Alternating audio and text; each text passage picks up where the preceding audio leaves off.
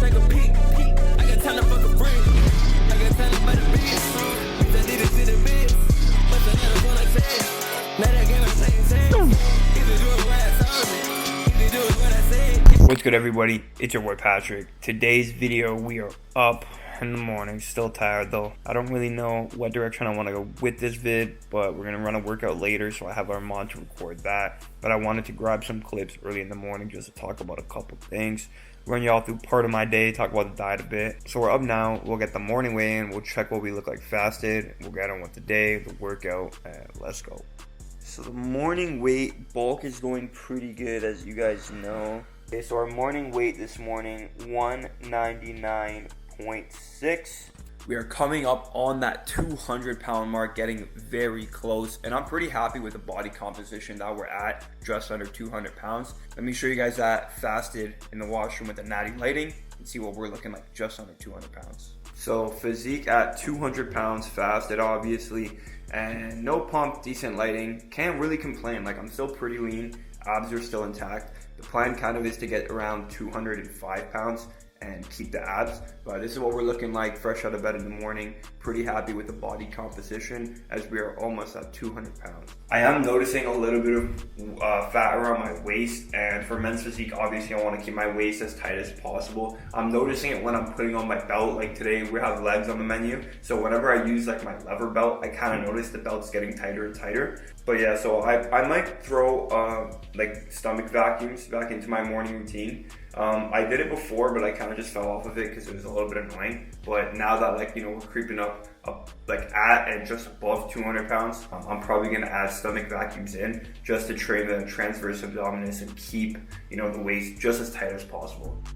Alright, so it's a couple hours later now. I didn't really show my breakfast just because you guys have seen that literally a million times, but we have legs on the menu, so we are heading to the gym now. One little feature I wanted to add into these YouTube videos that I think is a pretty good idea. I'm not really happy with how I'm starting my mornings a lot of days, just because I wake up and I go on my phone for like 30 to 40 minutes, and it's really just not a good way to start the day. And in Canada, it's the end of March now. The weather is getting nicer, it's getting sunny, it's getting warm in the mornings, and I always want to start my morning now with like a morning walk instead of just rolling over in my bed and going on my phone. So I think a good idea that I could have for these videos to help me do that, and a good idea just for making like YouTube videos in general, is I want you guys to comment any questions you have, like about the video or about me in general, like anything with the training, with the diet, what I've been up to, what my plans are, like anything that you're wondering. If it has to do with the video or not, doesn't really matter. And then in the next video, I'll always record myself going on my morning walk in the morning, and then I'll answer one question from the last video. So it's just a good idea, so I have something to talk about when I'm going on those morning walks. It's a good way to get more comments on the videos, get people engaged, and if they have any questions, I can ask it. So it could even be a question for them. It doesn't really have to be focused around me. It could be a general question about fitness, literally anything. So that's just a cool idea I think I have for the videos that I think is that I want to start doing. So we can start that in this video. If you have any questions, like even if it's like your own situation and you want to know my opinion on it, like what you should do about something, just drop it in the comments below, and then I can answer it in the next video. And I don't want to make it too in-depth like Q&A, so I'll just do one comment or I'll answer one question per video. So just comment it, and then, you know, if you want to answer, comment it again in the next video if I pick it for that one. So we're heading to the gym now. The pre-workout I've been on, Jacked Factory Nitro Surge. This is the one. I'm using the green apple flavor. It's the first time trying it, and I've actually liked it a lot. Like I said before, this is literally the pre-workout I've been rocking for like the last couple months. I rock 2 scoops, so it's just around 350 milligrams of caffeine. Packs a punch every time, and I like to play around with this ingredient called alpha GPC. It's not in this pre-workout specifically, but I just buy it on Amazon separately. It's really not expensive at all, and in the last 4 weeks of my training blocks, I will add that in to the pre-workout stack, and I just really love it for the focus that it gives, and the, you know, the ability to push that mental capacity a little bit further. So 2 scoops of this, and then I think it's 150 milligrams of alpha GPC that I take separately, but I make that for the pre-workout, and then that's all I need to murder my session. So if you want any Jacked Factory, you want this pre-workout, you want to try it, or you want anything else from Jacked Factory, you know your boy's sponsored, shameless plug, code Patrick's gonna get you 15% off. And let's head to the gym now, and let's go kill a session. Armand's there to record for us, so it's about to go recording on your eyeballs starting. See me, I'm like it's Benny Batches.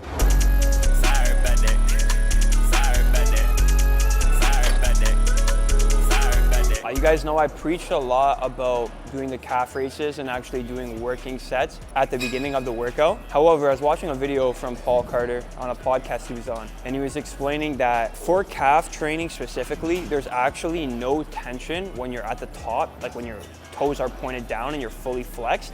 He said there's no tension there, and the only tension is at the bottom when your heel is like fully down, right? So I made the switch and I started doing 5-second negatives and 3-second pauses at the bottom of every single rep on my calf raise to start my workout, and it literally obliterated my calves. But there was an issue where after doing that, when I would go onto my hack squat and onto my leg pressing, my calves would be so toast that I would literally have trouble from full knee flexion. I would have trouble like getting out of the hole just because how destroyed my calves were. So I kind of switched my training a bit again to now where I'm only doing warm-ups on the calf training in the beginning just to get my ankles and calves warm, but I'm not doing working sets, because when I do working sets the proper way, where you're like pausing for 3 seconds at the bottom where there's tension, it was destroying my calves too much where I couldn't perform my main quad compounds for the day. So I've now switched my calf training to the end of the session once again, just because if I train them properly, they destroy it and I can't do my quad compounds properly. So we're just gonna get warm and then we're gonna move on to the quad compounds. Yo, I might break the microphone from like, whoop!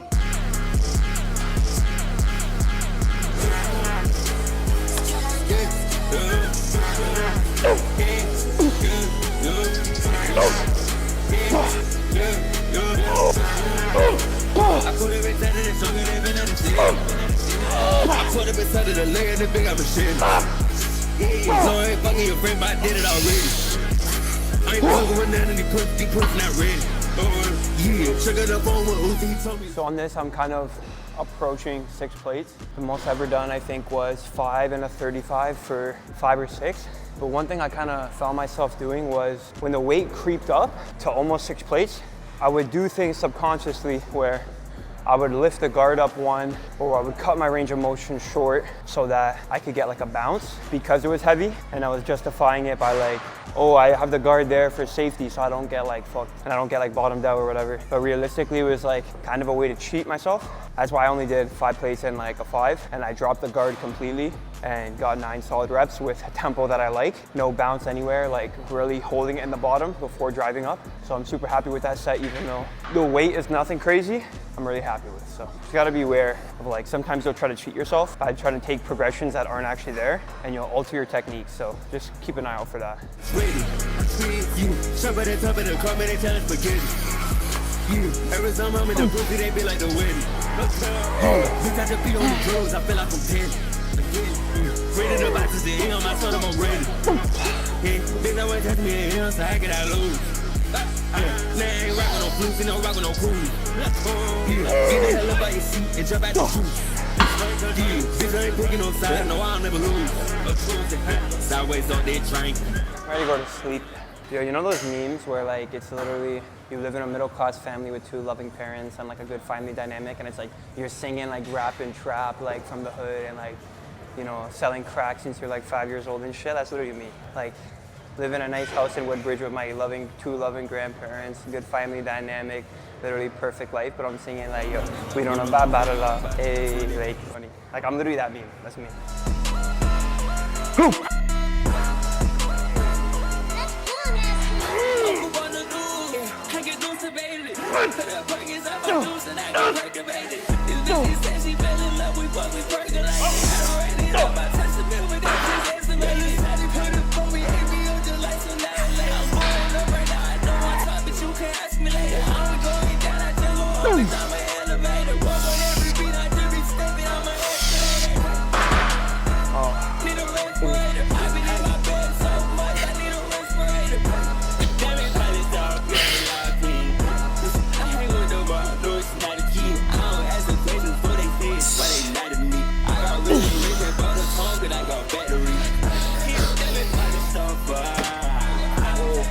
What this mat is doing. This leg extension, it's okay, it's not great. There's really no range of motion. Like, it really cuts out the lengthen part. Like, you don't get too much of a stretch. Like, this machine just has a very limited range of motion in general. So that's why we use the mat. And when we put the mat here, what it does is it pushes your feet further back so you get more of a knee bend. It's not the end of the world because, you know, the quads overload it in the shortened position anyway. Just to make it a little bit better, we can throw this mat in here. If you have knee sleeves, you can put knee sleeves there on each foot.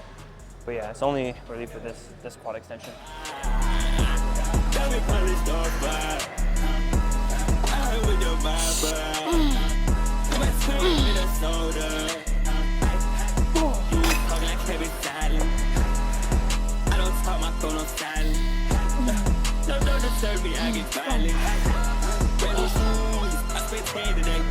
This is how I set up my last squat exercise.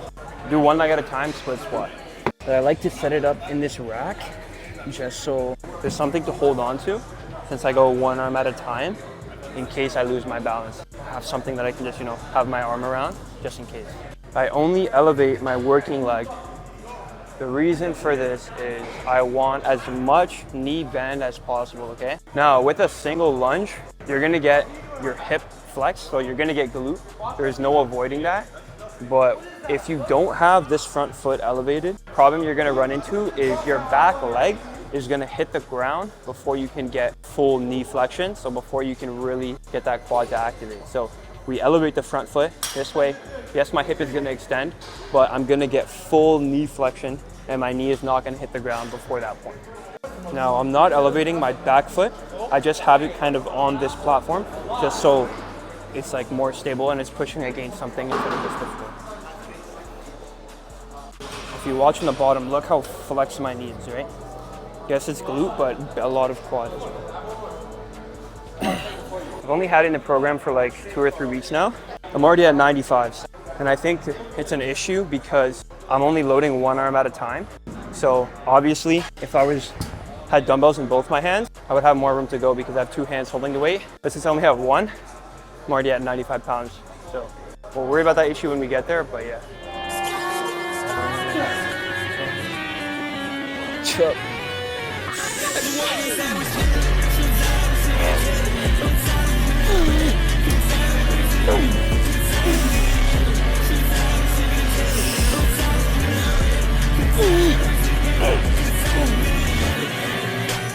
As of right now, I'm just running one top set on this, just because I've only had it in the program for 2 or 3 weeks, and it's still a novel stimulus. So I'm okay with the volume of just one working set on each side on this, and that's pretty much going to give me some good stimulus because I'm really not used to the exercise yet, and it's still fresh. So for now, just one working set each side on a new exercise, and then when I can't really take progressions anymore with just one set, then I'm gonna look to add another set.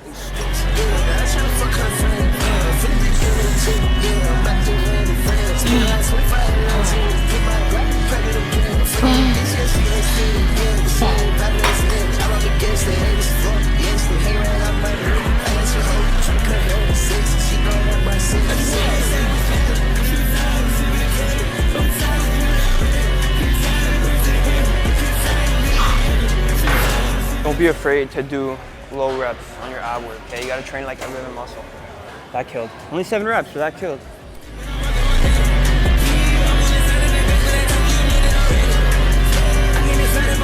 So I've been keeping it under wraps, guys. I haven't really posted anywhere just because I don't want to flex on anyone, but thank you guys, man. Without you guys, this would not be possible, okay? So thank you. From the bottom of my heart, it means everything to me, the support you guys have shown. And you guys are the reason that this is possible for me and this is a reality, man. I would have thought this was only a dream, but dreams come true, guys. Just work hard for your goals, okay? Thanks for watching, guys. Catch you guys in the next video, okay? Thanks, guys. Okay, but thank Armand for the beautiful quality. Now we're gonna head home and I'll pick the video up there and I'm gonna finish it up there. But that was today's leg session. It was a pretty good one. I'm pretty happy with the numbers we put up, still taking progressions. It's only a couple more weeks on the training block before we have to hit another deload. I'm not feeling too fatigued yet. No symptoms of needing a deload yet, so we're gonna keep pushing for now. But I'll pick you guys up back at home. Okay, it's some time after the gym now. I didn't really show my post-workout meal because it's the same chicken rice that it is on that full day of eating I recently did. I might revamp the full day of eating just because have made some changes to my diet, but not a ton yet. So I'll probably wait till I increase my calories once again to do a new full day of eating. But it's post-gym now. I already had my post-workout meal. So now I use this usually when I'll either do some like schoolwork I'll do some like education on just like lifting stuff. And I don't know about you guys, but me personally, with social media, I've kind of found that it's pretty boring from like an entertainment like value.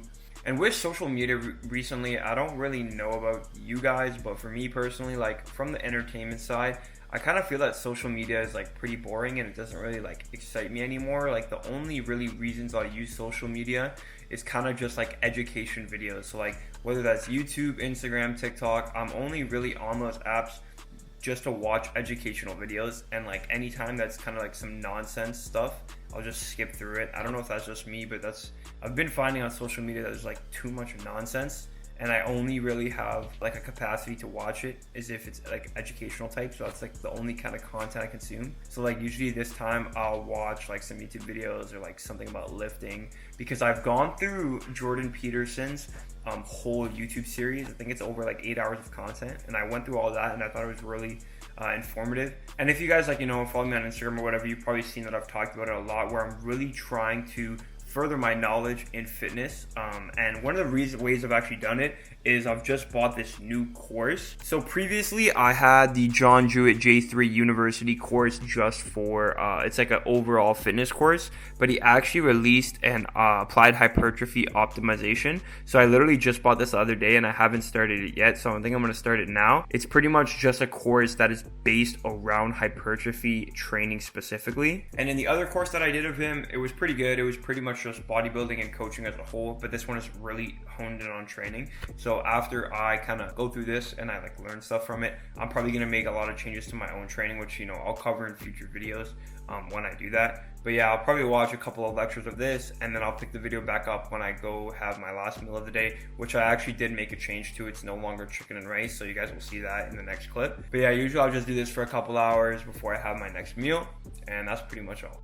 Okay, so the last meal of the day that I swapped out the chicken and rice for is actually ground beef and white rice, so it's pretty similar. It's about 200 grams of ground beef here, so it's 50 grams of protein still. Pretty much just replaced the chicken with the ground beef. I thought to myself that I was kind of having too much of my protein sources being the same thing, having two separate meals of the chicken thighs. And since the quantities of the foods are pretty large now, like this does look like a mountain of food pretty much because it is, and it's the last meal of the day. But since the quantities of food we're getting pretty high because we're pushing this bulk pretty far, I just kind of thought that I was eating too much chicken in a day, so swapped out one of the chicken thigh meals for this ground beef meal. Digests really well. I thought my digestion was good before, but now with this meal being in there every single day before bed, it's literally even better. So I'm just gonna crunch a YouTube video now, watching Anthony Mantello's video while we finish this last meal of the day, and I'm gonna have this water to get it down because definitely gonna need it. So let's get into it before it gets way too late, and I still have to have my shake after this. So yeah, not the last thing I'm gonna eat, but the last solid meal of the day. Okay, so I've had the last meal of the day. Now the last thing I'm going to put in my body before I go to bed, you guys already know this, is my pre-bed shake. So it's just a scoop and a half of Jack Factory 100% grass-fed whey isolate. So this is pretty much just the last thing that I eat, absolutely last thing I put in my body before I go to bed. And before I go to bed and end this video, there is one little thing that I wanted to talk about because I've actually gotten a couple questions on it, and that is my finasteride and what has happened with that. So a little bit over a month ago, I made a little clickbait video saying I was starting my first cycle, or I think I titled it "What I'm Taking" or something. And it's pretty much that it's oral medication called finasteride, and it's basically to reduce your hair, but there is a potential side effect that it can actually increase your testosterone slightly, just from that it blocks the DHT receptor. So that's kind of like a side thing. It's not really meant to increase your testosterone. Obviously, it's meant to stop male pattern baldness, but just a kind of side effect from that could be an increase in testosterone. So a lot of people were asking me if I noticed any side effects on this because I've taken it for a month now. I don't really know if it's done anything to my hair. It's kind of just put me at a good mental state because it's kind of put my mind at ease about me losing my hair. And it's kind of just, one less thing to worry about, one less thing to think about because, I'm on this medication that's supposed to kick in. So it is supposed to take 2 to 3 months to kick in, and I've only been using it for about a month. So I'm still noticing a little bit of my hair like falling out still, like nothing's really changed that much. I feel like it's a little bit less, but it's probably all mental. As far as side effects go, I really only noticed my sex drive dip a little bit in like the first 1 to 2 weeks, and I think that's just because it was new to me, so my hormones were fluctuating a little, so that's probably the reason for that. But since the last, it only lasted about 1 to 2 weeks, and since then my sex drive's pretty much back to normal. So other than that, I really haven't noticed any side effects, and so far so good. So I will keep you guys updated. Like I said, usually it takes about 2 to 3 months to actually kick in to the point where like you stop losing hair like whatsoever, or it's very limited. So I'll update you guys on that. If I get any other side effects, then I will also update you guys on that. But as of right now, no low sex drive, no bad side effects from taking the finasteride, so all is good there. That's pretty much going to wrap it up for this video though. I did want to switch it up, so that's why I recorded some pre and post gym clips. I really want to start doing those morning walks like I mentioned in the beginning, and then I think you guys commenting questions about really anything. It's just something for me to do to kind of spice up the video a bit, add a little bit of element where I'm involving you guys in every video. Good way to get comments, and then gives me a reason to get up and do those morning walks where I can answer questions for you guys. So that's gonna wrap up this video. If you did enjoy, please leave a like. Like I said, comment any questions you have below that I can answer in the next video. I'm only gonna pick one, but if your question doesn't get answered, you can just comment in the next one, and I'll eventually probably get to it. Yeah, so that's it here. I'll catch you guys in the next one. Peace.